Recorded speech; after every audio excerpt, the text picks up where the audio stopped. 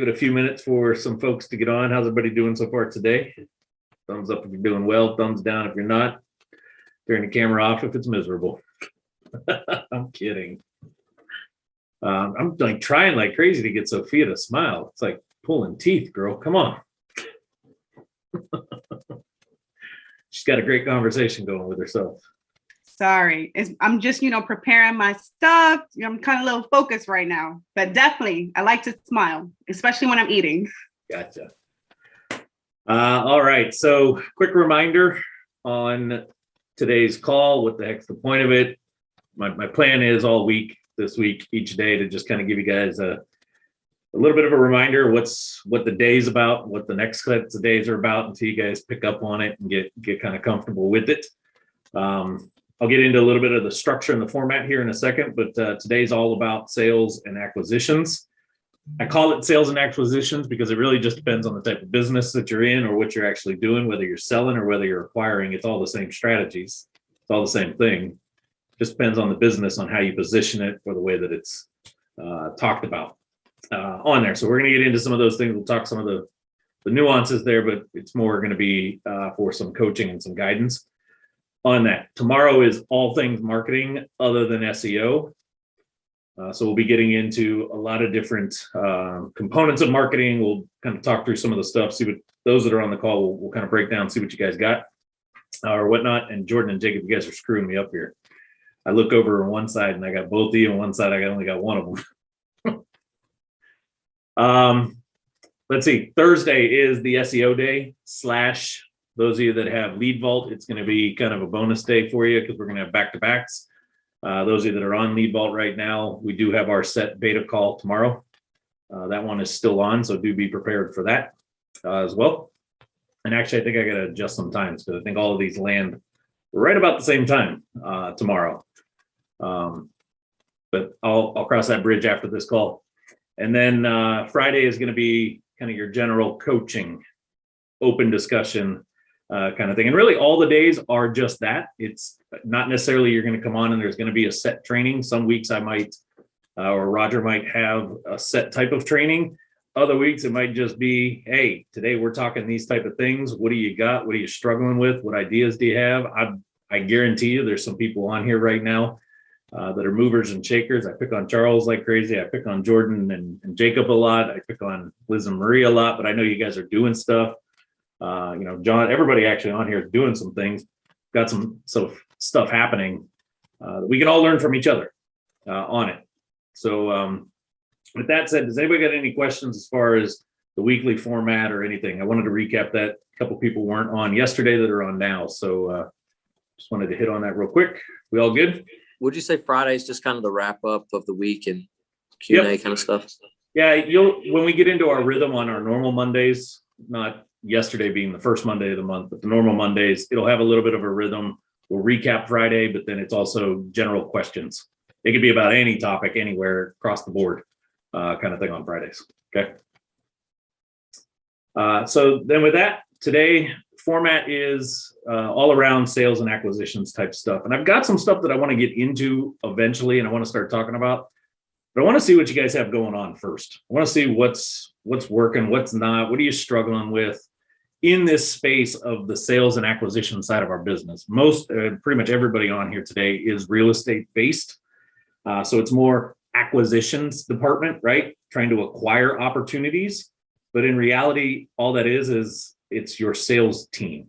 It's the sales department, right? If I swap out real estate for another widget, another thing that you're doing, every other industry calls it sales.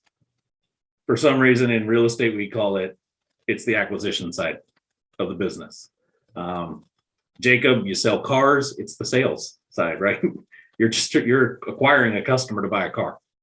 Here, we're trying to acquire a seller to give us their house and let us buy the house from them. So that's really the only nuanced difference on it. But I'm just going to kind of go round robin. I'm going to pick on you guys based on the order I have you on my screen. And I'm curious, in this space, is it going really well, number one?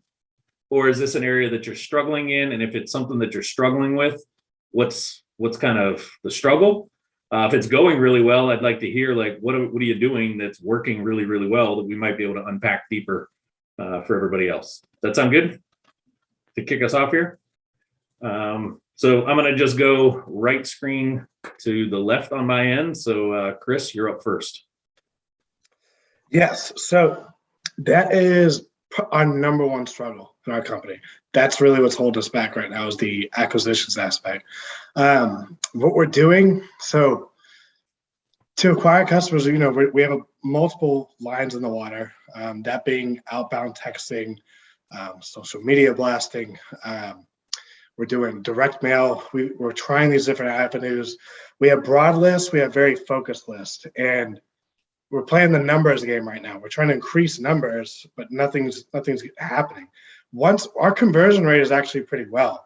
So once we actually get a hold of a lead, we convert probably about 50% of the time. It's just getting that one, that acquiring the dang that true lead. Because we could buy a list all day long, but whether they work or not, it's kind of arbitrary.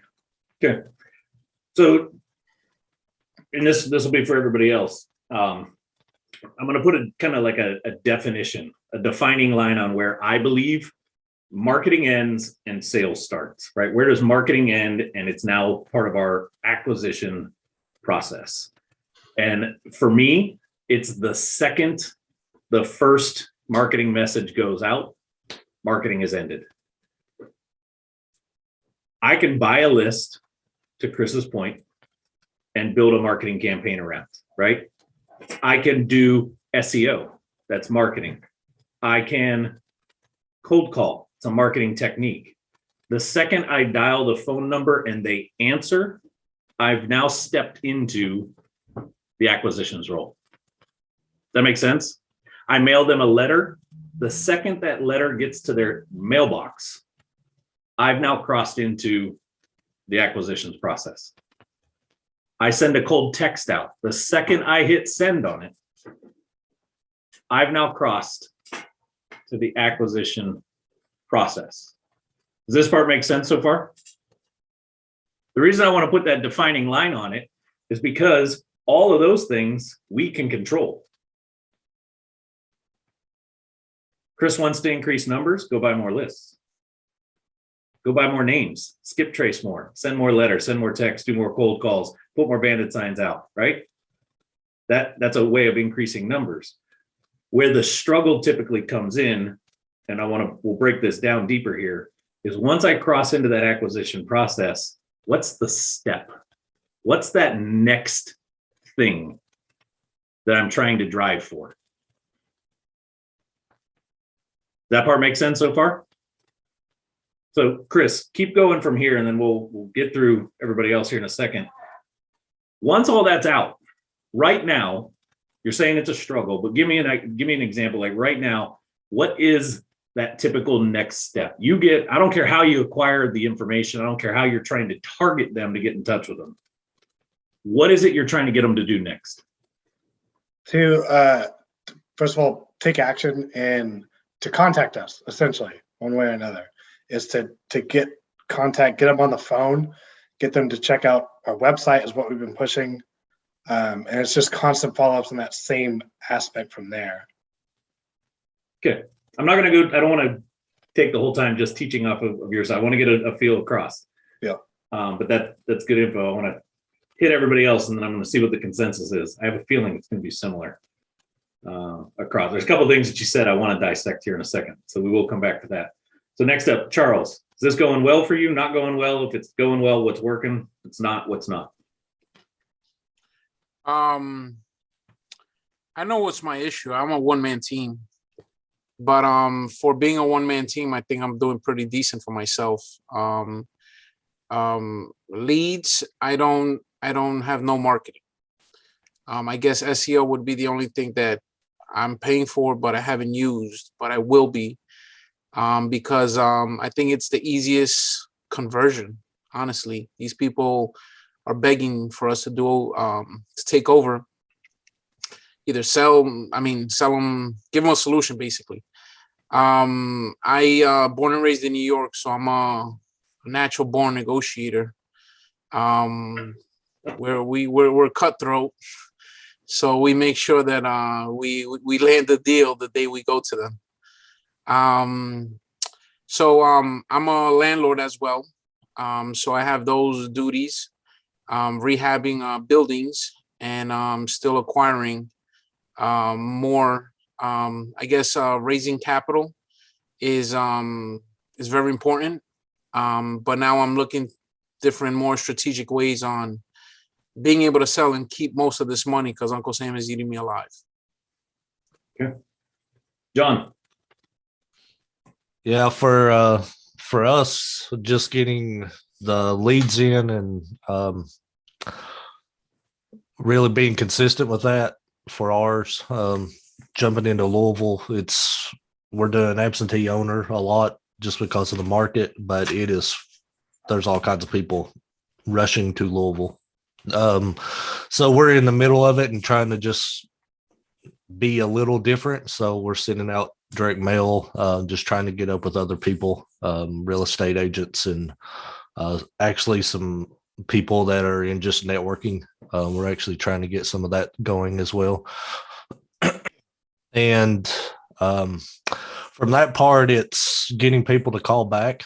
We get them to call. We use Pat Live because I'm working, one-man show type thing. And then the good thing is using Lead Vault. We're sending stuff back out really quick and seeing people actually. We had one actually text back, even though he didn't want to. Didn't want us to keep sending all these cards to his house, but I was able to talk to him and just ask him if there's anything else, if he knows anybody else looking. This is what we're doing.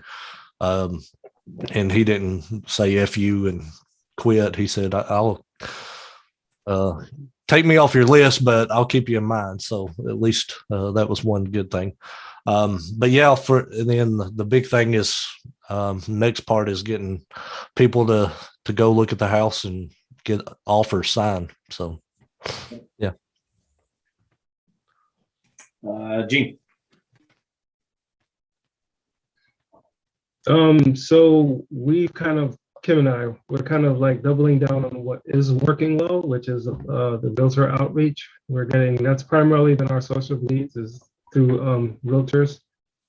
My biggest struggle right now is so I'm trying to navigate all these changes to outreach for getting, texting people or cold calling people. There's a lot of laws in place right now that kind of like restricts what you can or cannot do. And so I don't want to get a surprise $10,000 fine, so I'm trying to really understand and wrap my head around like, well, what is working for everyone? What is everyone else doing? And how are they working around that? And trying to understand that. Because, the realtor outreach thing, while it is a good source of leads, I think I would like to start getting some off-market things that we can kind of like negotiate a little bit better with. But yeah, I'm just a little bit nervous about starting any kind of campaigns where I'm soliciting people, even though I'm not selling them anything, but just to avoid that whole litigation kind of thing. Got it. Well, you guys can do it together, Jordan and Jacob, because you sitting side by side here. My little buddy here. No, we outside of SEO, but SEO's like worked a ton for us. It's really like a lot of free marketing for us. We've been taking advantage of the realtors and whatnot, but a ton of social media. We've grown like our, I guess, Facebook and stuff to a huge number of people that we literally, ask, hey, what's for sale out there? And we get a ton of sales, and, we're converting those. And then also we got a partnership with Legacy Homes, with they flip homes and do things in Ohio, and we're wholesaling a bunch of houses together.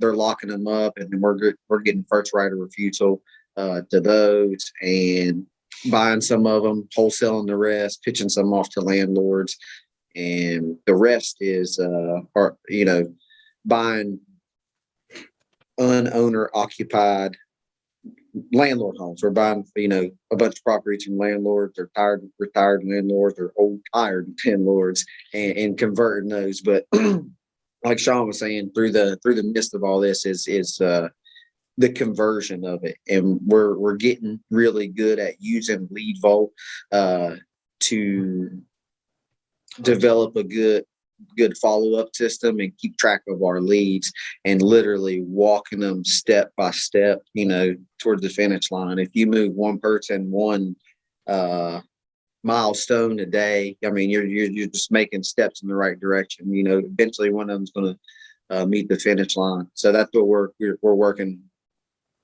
really hard on, is just, good data in, good data out, and good tracking of our leads through our seller lead process and conversion. I think the other one that's really helped us too and helped our SEO and our website is the way we're marketing our rentals now. The For Rents, we throw it up there, put some pictures, and post it on Facebook Marketplace. Now we're running it through Facebook Marketplace, apartments.com. We're doing YouTube video walkthroughs. So I'm sending the link for the rental to the person so that they can get the video walkthrough instead of me showing up to the house and having to give them a tour.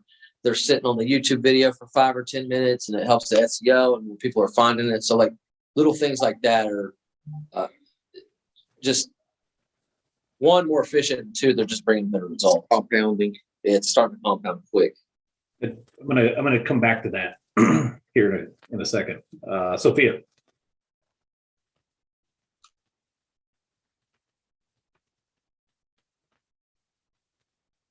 Sorry.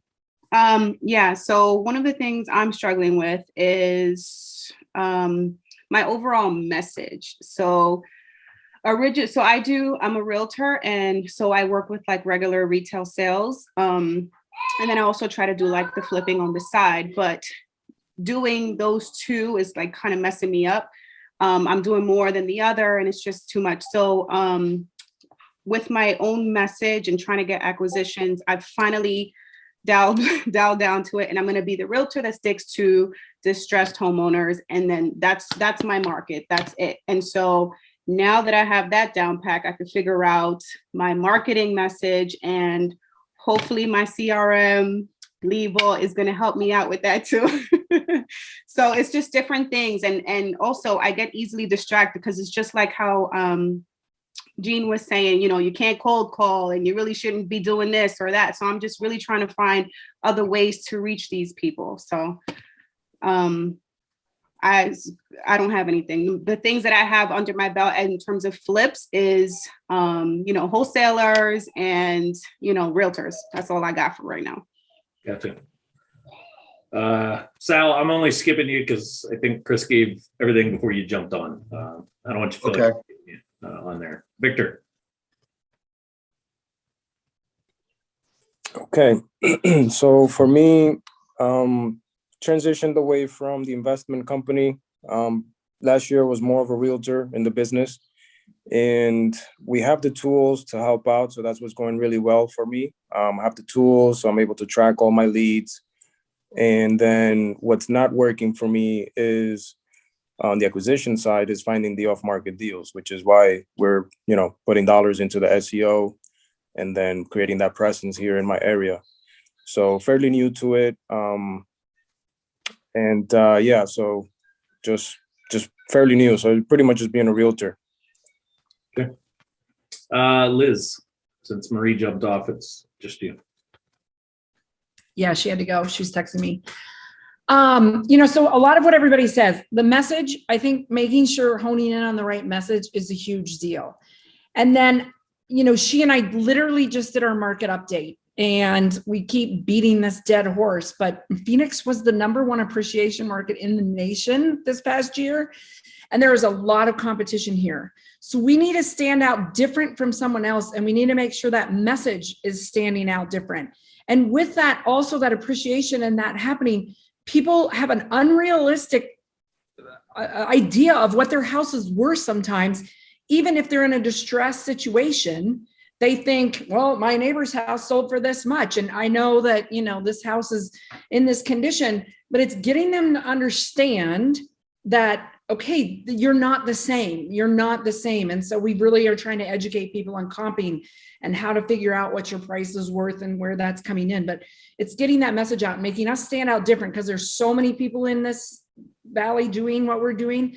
And then there's just so much, competition. But then, like we said, there's only 5,600 houses at all total on our MLS right now. So then finding those people that aren't even on there, so that's our thing. Okay.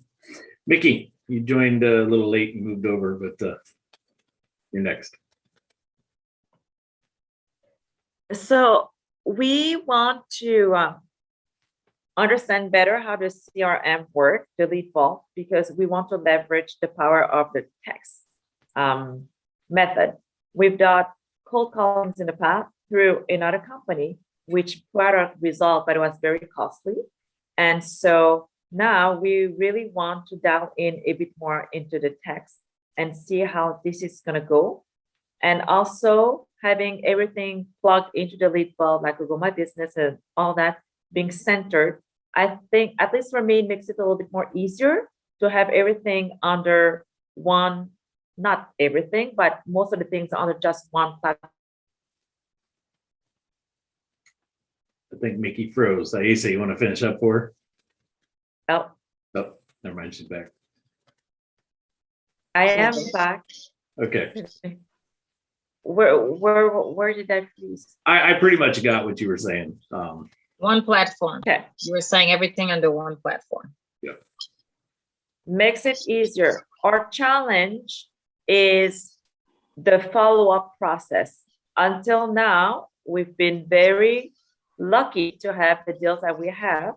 And but I know that through a rigorous following process, that things will become a little bit more, just to have the flow into our company.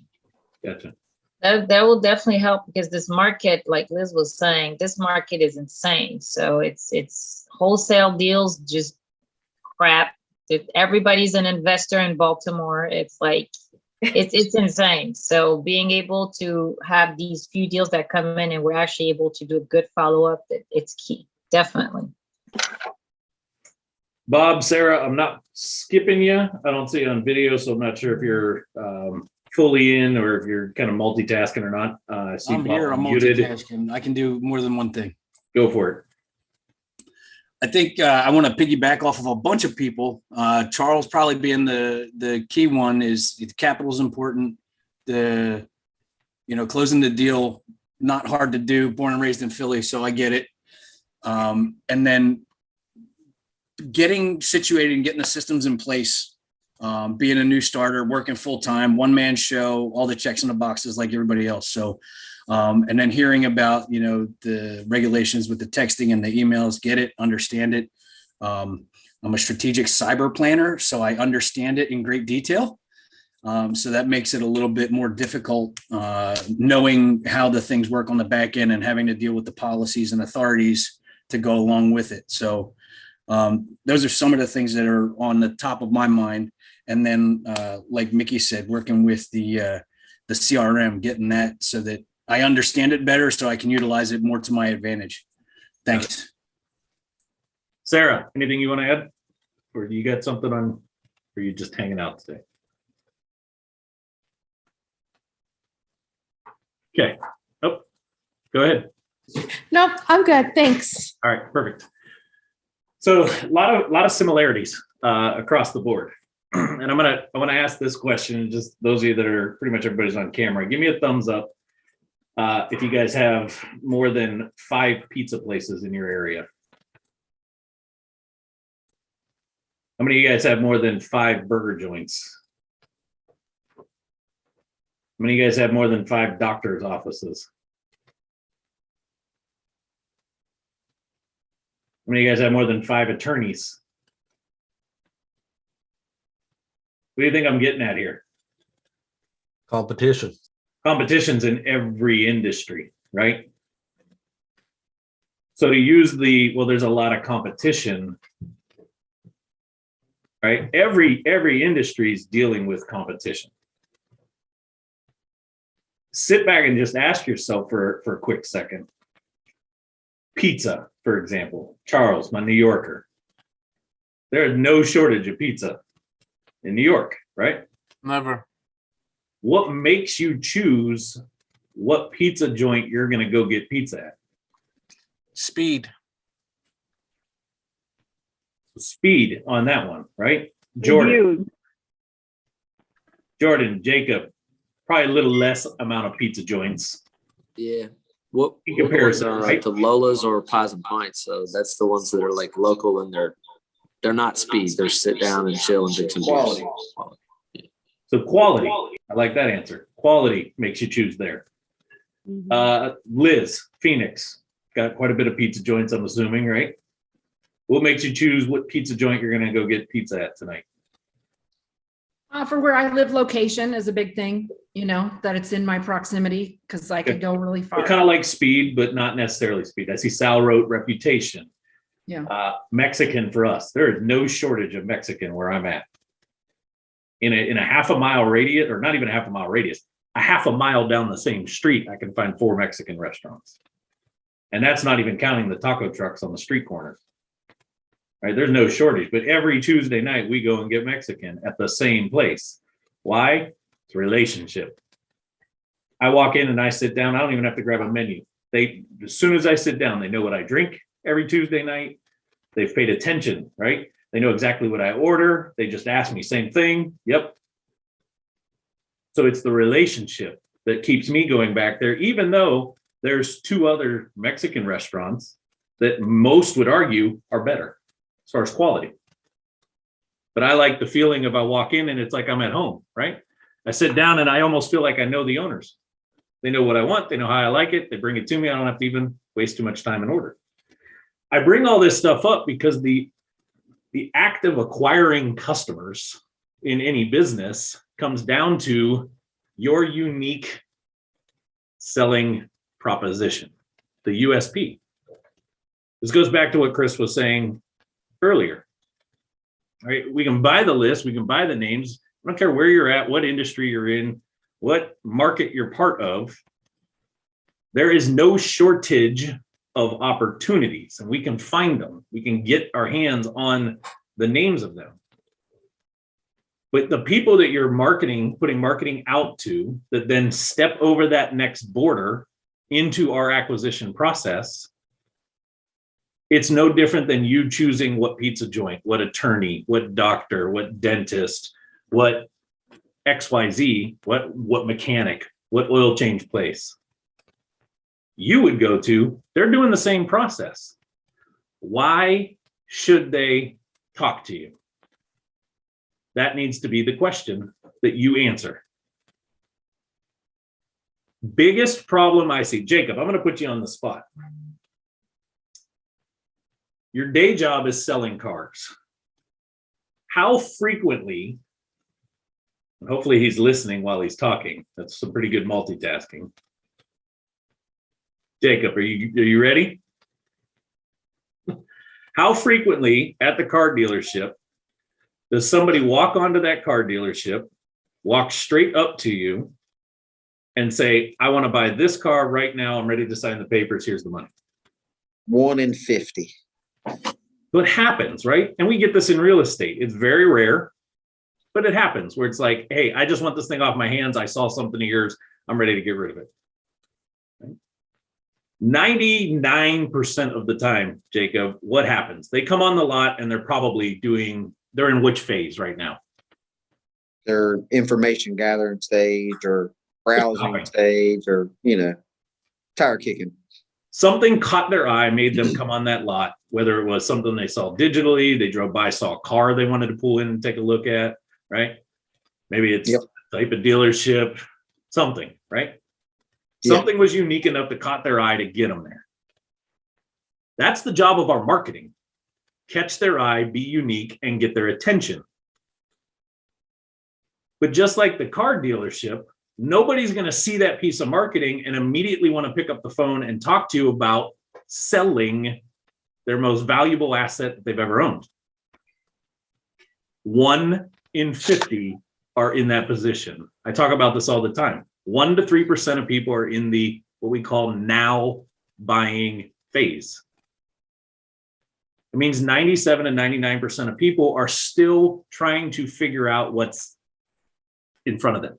What are their options? What are the choices? What is different? How many of you guys prior to getting into real estate investing even knew there was some other way of selling your house outside of listing with a real estate agent or selling it yourself? I didn't. All of you are shaking your head no, right? What do you think the people that you're marketing to are thinking? That's like correlation with this car dealership that I work at. We're not a drive-by location. And I don't think probably 99% of us investors aren't drive-by locations. You don't drive, you don't carry your house in your pocket, first of all. And this dealership has to do a lot of marketing for this particular location for us to even generate any business. Same goes there. How many of you on here know somebody, whether it's yourself or not? You don't have to admit if it's yourself or not. Hopefully it's not you guys. How many of you guys have known somebody over the last 10, 15, 20 years who've gone through some form of a foreclosure situation? I know I have. It's hit my own family. My father went through it when my mother passed away.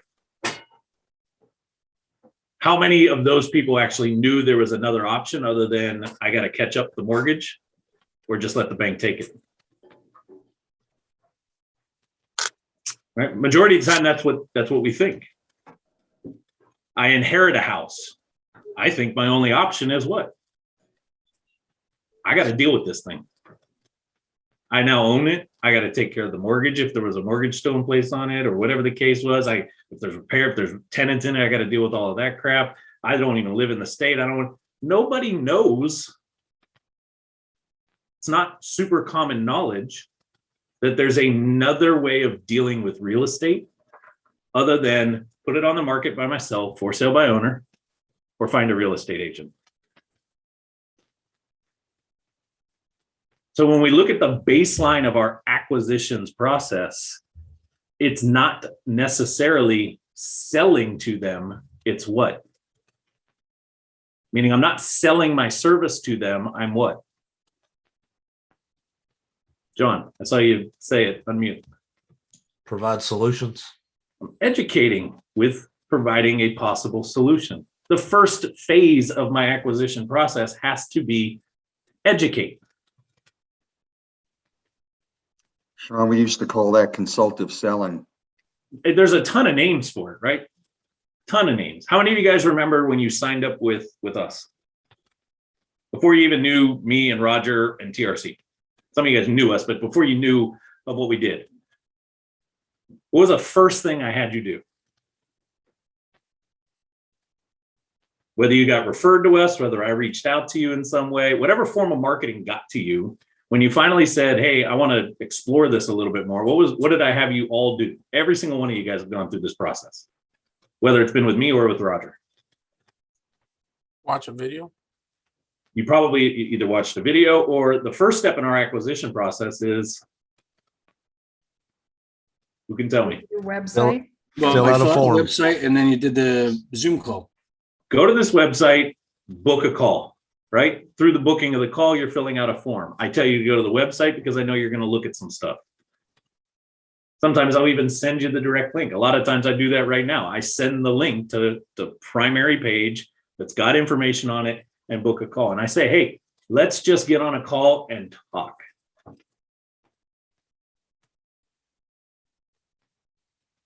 Right? Bob, you just hit me up, what was it, a week ago or something? You shot me an email. What did I make you do? Yeah, I had to fill out the form and then book the call and do the Zoom call and fill out more. He shot me an email and basically said, I just need to know where I'm putting my credit card. Right? He was that 1 to 3% of people that was ready to go, knew what he needed, knew where he was ready to go at, knew what was the next steps. He just was asking, and I still said, book a call. Let's talk. I did the same thing. Right? Charlie, yeah, I think you did that with Roger. Yeah, I didn't need to hear you guys. I just knew that I wanted it. And that's 1 to 3% of people. majority of them, it's, hey, I'm trying to explore here. I'm in this information gathering phase. I'm trying to educate myself around this. The reason I'm bringing this up and talking, this is like rudimentary acquisition element.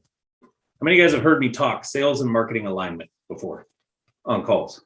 This is that immediate alignment, that immediate crossover. Our marketing message has to portray what our very first step of this journey, because that's what it is, a journey. I love how Jacob said it. If I move them one milestone each day, I'm getting them closer, because I can't take them from not knowing who I was, smacking them in the face with something new, and asking them to whip out a credit card, in essence, right? You asking them to sign an agreement on a cash price is basically like saying, give me your money. If we were actually selling them a widget. When we look at the customer journey, I know you guys have heard me beat this one down like crazy. When we look at the customer journey, awareness, engagement, subscribe, acquisition starts at engagement. The engagement and subscribe phase of the journey is actually our acquisition process. Marketing brings awareness. The second I get them to engage, I mail them a letter, they open up that letter and they actually read it, they've now engaged with me. They're now in my acquisition process. What I put in that letter will dictate and determine how likely they are to move to the next phase. I send a text message, awareness when it hits their phone, the second they start reading it, they're now in engagement. Same thing, based on what I write, directly correlates to what the response, what the next step is in this. So take all of this for a second and go back. You're just another pizza joint. You're just another McDonald's, Burger King, Wendy's, Hardee's, Carl's Jr., whatever the case, small mom and pop burger stand. You're just another real estate person in their mind. So when we hit them with the same message that every single person out there in this industry, every other real estate agent and real estate investor is saying one of two things. Let me help you sell your house, or let me buy your house. How difficult is it to stand out in that crowd? Sean, could I just interject something real quick? Mm-hmm. With me, I'm known as Mr. Elizabeth because I only choose one town. And when I talk to people, I look for commonality in either a person that they know, a place that they've eaten, and I probably know the owner's name. And that's where the trust is formed in 2 seconds, and we get down to talking business immediately. So I think that helps. That's a step in the right direction, right? I love the branding around Mr. Elizabeth. I'm only in this town. This is my niche. This is what I focus on. I know it like the back of my hand, right? That's a version of becoming unique. I'm going to throw this out, and I don't mean it in any disrespect. But what credibility do you bring? Who really are you? Oh, people don't know me. Now, I'm not saying that directly to you. I'm saying that to everybody. Like I'm Sophia, you happen to be right dead smack in the center of my screen. You're a real estate agent and a real estate investor, right? You're just, to me, I don't know you, right? I've never met you a day in my life. I get something in the mail from you. I get a text from you. I get a call from you, whatever the case. And you're saying, hey, I'm an agent in this area. I just listed this house. I'm looking to list other homes. Are you looking to sell? Blah, blah, blah. My first thought in my mind, who the hell are you? Why should I even trust you? Why should I listen? Right. Why should I? I was on a mastermind call earlier today, and somebody was talking about, I'm struggling selling a 597 workshop. And one of my other mentors, he said this exact same thing. We all kind of agreed with them in the moment. It was like, why should I pay you money? Why should I pay you money for your workshop? I don't even know you. because he's leading with that as his thing. He's calling people going, hey, I'm running a workshop in your area. I'd love for you to attend. It's $597. Would you like to sign up right now? No. I go back to my marketing is like dating, right? Sales is like dating analogy. Hey, Sophia, great to meet you. My name's Sean. You want to get married tonight? No, thank you. Hey, Aisa, you look really pretty. You want to have kids? Right? We laugh at something as stupid as that. But in reality, this is what we're doing with our acquisitions process. We're going from awareness marketing. Hey, I'm Chris with Ohana Properties. You want to sell me your house? Give me a call today. Hey, this is Chris with Ohana. You want to go to the altar tonight? It actually hit me the other day. Like, you've been saying it and saying it and saying it. And I'm like, yeah. It hit me yesterday because I got on the phone with this person. I was cold calling. I said, I got to do this many calls. I finally got somebody. And I was just so surprised. And, the thrill, I was like, hey, how you doing? I'm a realtor in the area. I was just wondering, are you ready to sell? And she was like, no. And I was like, oh, are you sure? Okay. And do you know anyone? And, all of that. And then the second I hung up, I said, well, why the hell would she give me her house? She has no idea who I am. So now that forced me to switch my whole thing and follow showing awareness and customer journey thing. So I'm gonna give you an example to that point. There's a big realtor out here. Does a ton of marketing, ton of stuff. I hear his radio ads like crazy, sees TV commercials. It's all over the place with his SEO as well. He's really, really big. So you guys know price points out here are crazy where I'm at. I'm in the Valley, which used to be the cheap spot of LA. Starter homes out here are going for over $1 million. Okay. You're a real estate agent listing at your typical percentages. You sell a couple homes, you're doing pretty well at that price point, right? He's exploding because he's made himself unique as a real estate agent, calling himself 6150 Realty. That's his company name, but his marketing message is the home of the 6150 listing, $6,150. $6,150. Is it his fee? That's his fee. Now, take that and start playing the math. If I've got a $1 million plus, $2 million plus home, which is very, very common, right, in these areas, that's a huge freaking savings, right? So he's playing the savings standpoint to become unique. That's the attractive element. That's the awareness, right? When he leaves with a message like that, we all know he's a real estate agent. We know what he does. I need to sell my house, but what catches my eye? It's wait a minute. Typically, if I were to sell out here, I'm looking at 10, 15, 20 grand going away in commissions in a blink of an eye. This guy's saying I can do it for only $6,100. Makes me want to call him, right? Does it make me want to do business with him right away? Not necessarily, but it's going to make me want to take the next step in his process, gather information, better understand. He also weaves in a lot of stuff like, don't let some fancy pants realtor, right? Little messages like that to catch your attention. So we get wrapped. I heard a lot of you guys say, and we've been having some of the conversation in the Facebook group as well about being unique, right? It doesn't always have to be something super drastic. It could just be the way that you attack things. My suggestion would be sit down and look at and hack your competition in essence. Sal, you're right in the middle of my screen as well. I see it nodding like crazy, so I'm going to pick on you, right? Houston. There is no shortage of real estate investors in Houston, in the surrounding areas, right? Right. I bet in like 2 seconds, you can name 3, 4, 5 that are the big ones. Everybody kind of know in the industry, everybody knows them. Everybody knows they're doing a lot of stuff. right? Right. Same thing with Liz over and Marie over in Phoenix. There's a handful of them that are really big, really popular. Everybody kind of knows they're the ones doing the majority of deals around.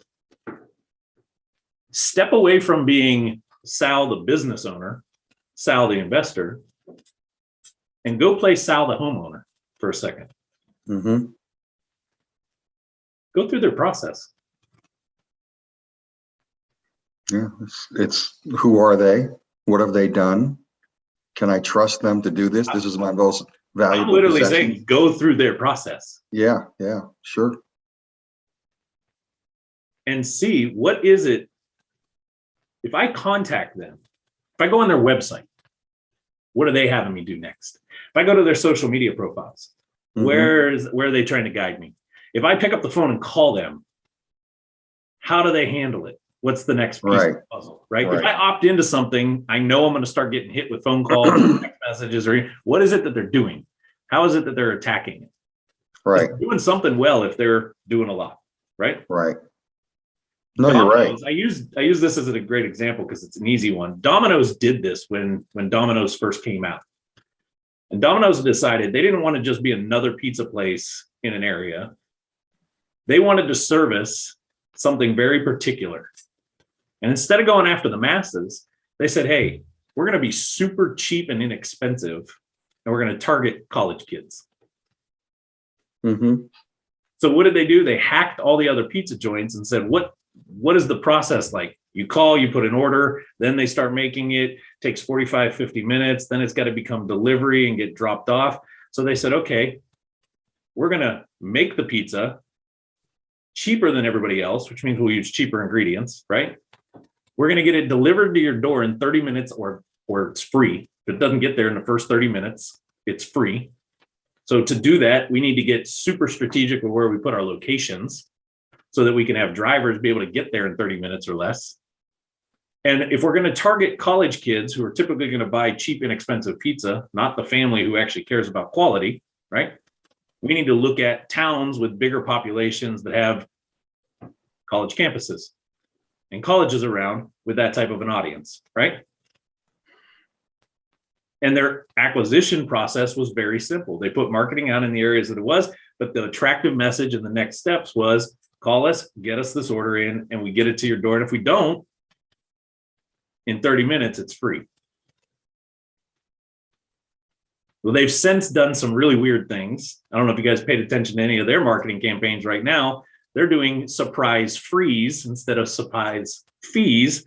And they've even gone as far as they went and bought hundreds and hundreds of thousands of dollars of small local restaurants, gift cards that they're giving out. Why? They're standing out as somebody different in a local market, even as a chain in a huge overcrowded industry like pizza.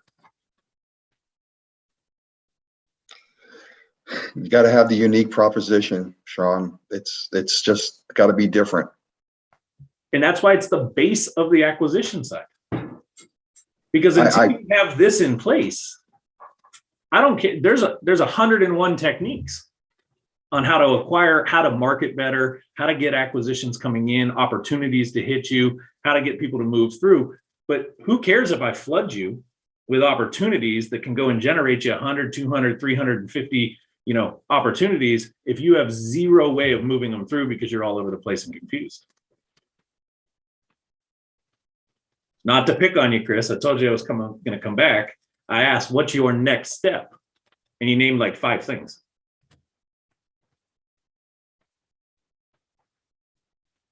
Well, it's to get them to do this or I'd like them to go here, or maybe we could get them to do that. No, the question should be very cut and dry. What is the next step? What is their first step in the journey of going through this process with you? It's X, Sean. This is what I want them to do. Then you can build a strategy around that. Does that make sense? 100%. I'm gonna use Liz. I know they're not fully out with it just yet, but it's coming. Maybe this will get her and Marie to push this thing a little faster. I asked the question, who are you? What credibility do you bring? Liz and Marie, they're trying to attack and go after basically elder, right? Old, no, I don't want to say elder in a bad way. Older individuals, typically people with rental properties ready to get out, not necessarily tired landlords. They're just looking to sell, these type of things, right? But we all know when that happens, there's something called capital gains that we got to pay attention to. And a lot of people don't even think through that process when they're ready to sell at that point, right? So what Liz and Marie have been sitting down doing for the last couple months to build some credibility around it is they're writing an entire book. I'm not going to give away the details of the book or the name or anything, but they're writing an entire book to the level of they've got a CPA getting involved to co-author this thing to be able to put really true, solid data into this thing. Now stop for a second and ask yourself, if Liz stepped in front of an individual that owned a couple different multifamily buildings and is looking to sell, and she's like, hey, I can help you with that. You know, we buy real estate all over the place, blah, blah, blah, blah, blah. Let's go ahead and talk. Let me give you a cash offer on this thing. Da, da, da, da, da, da. The typical, right? She might get 1 to 3% of people to say, sure, let's have a conversation.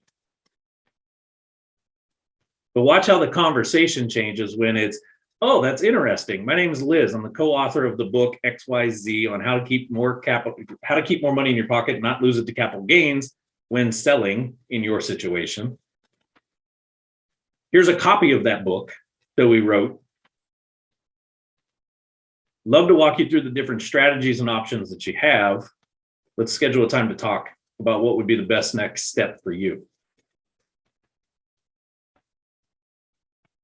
Do they even need to read the book before all of a sudden something's different about Liz version 2 versus Liz version 1? No. No, but with you saying that, and we just had our live just a minute ago, and we were talking about TikTok because there was a whole article in our Phoenix Business Journal about the value of TikTok, but not even TikTok, but social media in general, or these videos. And what we really should be doing right now is starting that ball rolling, like just education, a little bit, just a little bit of little snippets of things that are meant to come, and not wait, but start getting that education out there a little bit. 100%. And I know we're getting really close on the time, so I'm going to kind of say this and wrap this up because we're never going to solve this whole entire problem in one Tuesday. That's why Tuesdays going forward are on this topic. But I'm going to use Charles as an example here because it doesn't always have to be a full-blown book. He's already starting some branding. I love how he jumps on this call. He's got his little virtual background and what's in the top right corner of his screen, Mr. Elizabeth, right? Hey, my name is Charles, Mr. Elizabeth, the guy who tells you why every real estate agent in Elizabeth, New York, I'm assuming it's New York, right? Or Jersey, Elizabeth, New Jersey. Why every real estate agent in Elizabeth, New Jersey is stealing money from you when selling your house.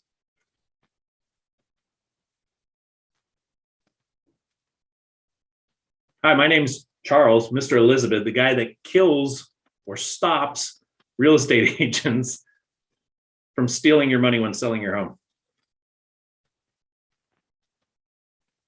Hi, my name's Charles, Mr. Elizabeth, the guy that keeps more money in your pocket, unlike real estate agents in this town.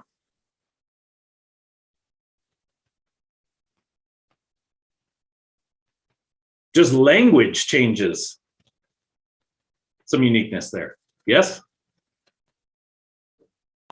Now that works for somebody like Charles, who's in this New York, New Jersey, rough and tough, can kind of be a little bit more aggressive and assertive, right? Does that strategy work for Sophia? No, right? Got to find what's going to work for you based on your area, based on who you are, your personality, these type of things. John over in Kentucky, he tries to do that. He's going to end up with a shotgun in his face, right?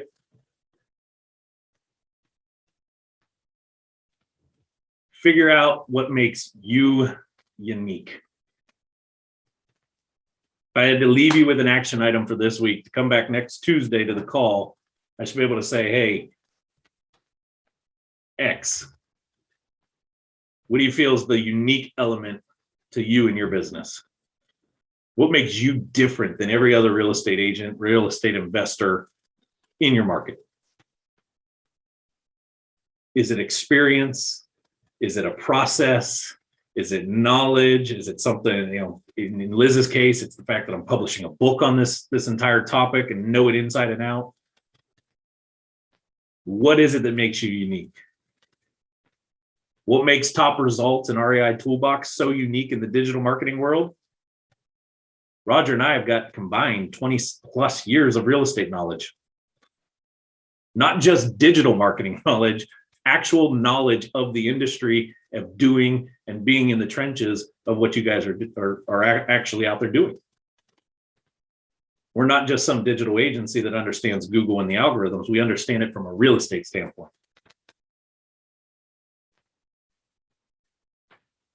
Does that make sense? Why is 90% of our clients real estate? Not because we can't do it for the other agents, the other industries. I'm just nowhere near as knowledgeable. So it's hard for me to make a connection and acquire that type of customer. It's easy for me to make the stance and say there is zero agency out there better in the real estate world than us.